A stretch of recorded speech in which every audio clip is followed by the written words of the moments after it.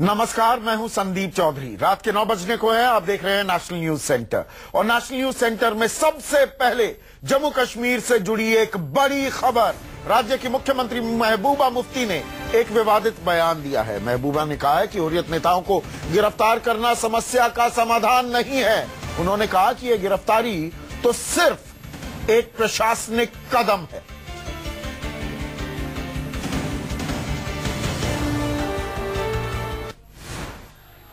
Well, it's whatever happened with the NIA, it's an administrative measure. I said already also administrative measures can just contain a situation.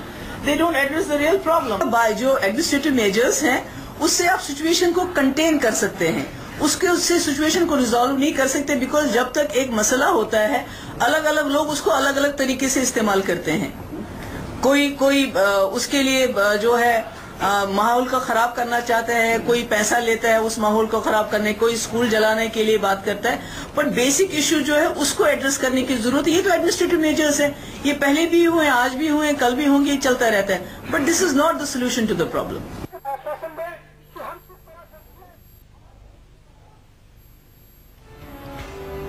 तो इस वक्त की बड़ी खबर, जम्मू कश्मीर की मुख्यमंत्री महबूबा मुफ्ती का यह विवादित बयान। कहा है कि हुर्रियत के नेताओं की गिरफ्तारी महज एक प्रशासनिक कदम है। और इस पर और चर्चा के लिए मेरे साथ जुड़ रहे हैं हमारे एडिटर इनपुट, मेरे सहयोगी सुकेश रंजन। सुकेश, केंद्र सरकार ये कह रही है, देखिए कितनी सख्त कार्रवाई की जा रही है, ये पाकिस्तान के जो दलाल हैं, पाकिस्तान की जो कठपुतली हैं, अब उनको गिरफ्तार किया जा रहा है।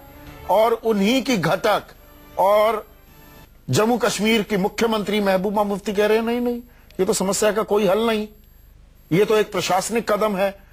तो जो लगातार आरोप लगते आ रहे थे पीडीपी पर, जब से उस पार्टी का जन्म हुआ है कि वो सॉफ्ट हुर्रियत हैं, वो प्रो हुर्रियत हैं, वही चीज सामने आ रही है यहां। तो बिल्कुल बड़ी बात यह है कि कॉन्ट्रडिक्शन देखिए, बीजेपी का एक मत, उनकी सहयोगी का दूसरा मत। बीजेपी और सरकार का तो यह मत है कि एनआईए ने जो कदम उठाया है, इनकम टैक्स जो कदम उठाने वाली है, ईडी जो कदम उठाने वाली है, देखिए खाका पूरा तैयार है कि कैसे एक तरफ हुर्रियत को घेरा जाए, हुर्रियत के बड़े नेताओं पे कार्रवाई की जाए। इसके पहले आपने नहीं सुना होगा कि इतने सारे नेता एक साथ उठाए गए हों। इसके पहले आपने कम ही सुना होगा कि हुर्रियत के बड़े नेता कब्जे में कर लिए गए हों, उनसे दिल्ली में पूछताछ हो रही हो। और दूसरी तरफ इनके फंड को ड्राफ्ट करने के लिए जो ईडी है वो इंटरनेशनल लेवल पे भी कदम उठा रही है। वो अमेरिका से लेकर तमाम देशों को ये कह रही है कि पाकिस्तान अपने फंड का कैसे बेजा इस्तेमाल कर रहा है। तो इसको सरकार एक सख्त कदम मानती है, लेकिन महबूबा मुफ्ती जो है वो साफ तौर पे कह रही है कि एक एडमिनिस्ट्रेटिव और साझा सरकार चल रही है, ये साझा सरकार है। जी बिल्कुल, आप ठीक कह रहे हैं कि इससे ये आरोप पुष्ट होते हैं जो बाकी इन पे लगते रहे हैं। और अभी फारूक अब्दुल्ला, जिनका बयान हम सुनवाएंगे, उन्होंने भी ये कहा कि हुर्रियत के साथ तो इनकी मिली भगत है। उनके साथ जो सुकेश आप बात कह रहे थे, महबूबा से ठीक पहले हुर्रियत पर जम्मू कश्मीर के पूर्व मुख्यमंत्री फारूक अब्दुल्ला भी बड़ा बयान दे चुके हैं। उन्होंने कहा कि हुर्रियत को सरकार से भी फंड मिलता रहा है। न्यूज 24 के ही हमारे खास शो आमने सामने में फारूक अब्दुल्ला ने ये बात कही, सुनिए। एक तरफ एनआईए जो है उसने अलगाववादियों के खिलाफ बिल्कुल जैसे मुहिम छोड़ दी के, हाँ, उनके अकाउंट्स खंगाले जा रहे हैं, धरपकड़ हो रही है, गिरफ्तारी हो रही है। और दूसरी तरफ आप कहते हैं कि सरकारी फंडिंग की भी जांच होनी चाहिए। ये क्या? मोदी जी ने ये देखा है कि साहब वहाँ जो ये सब कुछ हो रहा है, इसके लिए ये पैसा बाहर से आ रहा है, और इसलिए इसमें एक आपके ही टेलीविजन थी जिन्होंने इसको ब्रेक किया, और उसमें इन्हीं के 2 आदमी थे, बेटा कराटे और दूसरे साहब, जिन्होंने डिक्लेयर किया सब पैसा आ रहा है और इस्तेमाल किया जा रहा है, और ये पैसा गिलानी साहब के पास जाता है। तो अब हालत ये है, इनको गिरफ्तार किया है, इन्वेस्टिगेशन चल रही है, और मैं समझता हूँ दूसरे लीडरों को भी। तो ये तो अच्छी बात है ना, बहुत अच्छी बात है, बहुत अच्छी बात है। देखिए ना, न सिर्फ हम रियासत में बल्कि वतन में भी लोग देखना चाहते हैं ये पैसा कहाँ से आया और कैसे आया, और कैसा इस्तेमाल हो रहा है। आपका ये बयान था कि हुर्रियत के नेताओं को इतना जो तगड़ा बनाया गया वो तो केंद्र सरकार की ही फंडिंग से बना। हाँ, आपका ही ये भी बयान है कि अगर महबूबा की सरकार बनी है तो उसके पीछे भी हुर्रियत का सपोर्ट। अगर आप मुझे देखिए, आज कहाँ पे है सबसे ज्यादा ये एक्टिविटी है, कहाँ है? साउथ कश्मीर में है, वही बेस्ट चेन थी इनकी। क्यों हो रहा है वहां पे? क्योंकि इन्होंने वादा किया था लोगों से जब वोट लिए थे कि हम बीजेपी के साथ हाथ नहीं मिलाएंगे, इनको बाहर रखेंगे। आज वो लोग इन पर भरोसा नहीं करते और इसीलिए ये एक मुहिम जो शुरू हुई है वो उस चीज के खिलाफ भी है। पर सरकारें वहां पर तो हेल्प करती रही है ना, हुर्रियत की या अलगाववादी नेताओं की, चाहे वो किसी की भी सरकार हो। नहीं, मेरी भी सरकार थी। आपने बिल्कुल नहीं हेल्प किया? किस लिए करते? क्या हम अपनी टांगे काटते? वो तो बेवकूफ होगा जो ऐसी बात करेगा। तो दिल्ली से जो हमें बताया जा रहा है और जो कश्मीर में श्रीनगर में बैठे नेता हैं वो क्या बयान दे रहे हैं, उसमें जमीन आसमान का अंतर भी दिख रहा है। और महबूबा मुफ्ती, एक विवादित बयान तो मैंने सुनवा दिया कि ये तो प्रशासनिक कदम है, समाधान नहीं है किसी भी समस्या का। उन्होंने एक और बयान दिया है। महबूबा ने कहा है कि अगर अनुच्छेद 35A में किसी तरह का हेरफेर किया गया तो कश्मीर में देश के झंडे को कोई नहीं उठाएगा। उन्होंने यहां तक कहा कि अगर जमीन पर भी झंडा गिरा होगा तो उसे कोई नहीं उठाएगा। और खास बात यह है कि सुप्रीम कोर्ट में एक याचिका दायर की गई है जिसमें अनुच्छेद 35A को हटाने की मांग की गई है। ऑन वन हैंड हम कहते हैं कि भाई हमने बात करनी है कॉन्स्टिट्यूशन के अंदर, पर ऑन द अदर हैंड उसी कॉन्स्टिट्यूशन की हम खाल उतारते हैं। उसी कॉन्स्टिट्यूशन ने जम्मू कश्मीर को 370 दिया है, उसी कॉन्स्टिट्यूशन ने हमें स्पेशल पोजीशन दी है। So when we want the others to respect the constitution of our country, what are we doing? अभी भी सुप्रीम कोर्ट में हमारा 35A चल रहा है। Who is doing it? Why are they are doing it?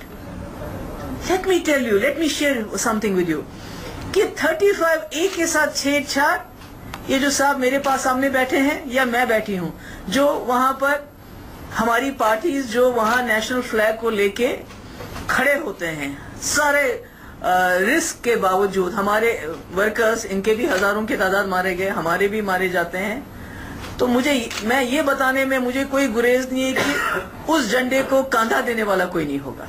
Let me make it very clear, उसको कांधा देने वाला कोई नहीं रहेगा, क्योंकि आप इन हरकतों से सेपरेटिस्ट को टारगेट नहीं कर रहे हैं। उनका तो their agenda is different, their agenda is totally cessation, बल्कि उससे आप वीक कर रहे हैं वो ताकतें जो हिंदुस्तान की हैं, जो हिंदुस्तान को मानती हैं, इस मुल्क का मान रखती हैं, इलेक्शन में पार्टिसिपेट करती हैं और फाइट करती हैं कि जम्मू कश्मीर को किस तरह इस मुल्क के अंदर एक बाइज्जत तरीके से एक पूरा मुन जिंदगी बसर कर सके हम। मेरे सहयोगी हमारे एडिटर इनपुट सुकेश रंजन मेरे साथ जुड़े हुए हैं। सादी भाषा में दर्शकों को अगर मैं अनुच्छेद 35A समझा दूं तो इसके तहत जो नागरिकता, जो जम्मू कश्मीर के बाशिंदे हैं उन्हें कुछ स्पेशल हक दिए गए हैं, लेकिन इसमें जो पश्चिमी पाकिस्तान से और पाक अधिकृत कश्मीर से लोग आए थे, जो शरणार्थी आए थे, वो जम्मू कश्मीर में रह रहे हैं, उनके हक इस अनुच्छेद के भीतर नहीं तय किए गए हैं। तो वो दरअसल अजीबोगरीब हालत है कि वो लोग देश का प्रधानमंत्री चुन सकते हैं, लोकसभा चुनाव में वोट डाल सकते हैं, लेकिन वो अपने सूबे जम्मू कश्मीर के मुख्यमंत्री को चुन नहीं सकते, विधानसभा चुनाव में वो वोट नहीं डाल सकते। तो उन्हें हक देने में इतना गुरेज क्यों, और झंडे को भी ले आई साथ में उठाकर और विवादित बयान दे डाला महबूबा ने, क्यों सुकेश?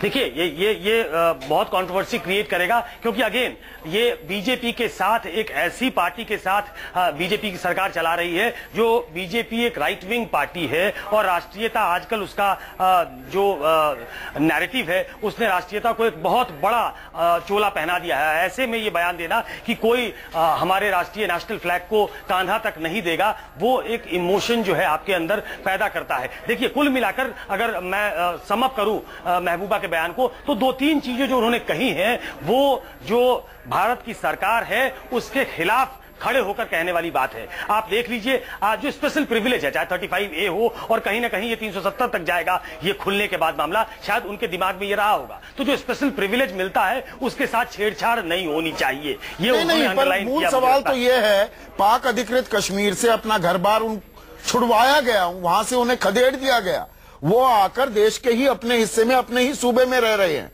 पंजाब से 50 के दशक में जब प्लेग हो गया था, जब महामारी फैली थी, बहुत से लोग आए थे और वो जम्मू में फैले हुए हैं। आपने भी जाके कवर किया है, मैंने भी कवर किया है। तो उनको क्यों नागरिकता ना मिले? क्यों अपने 35A के हक पर अड़ी हुई है जम्मू कश्मीर सरकार?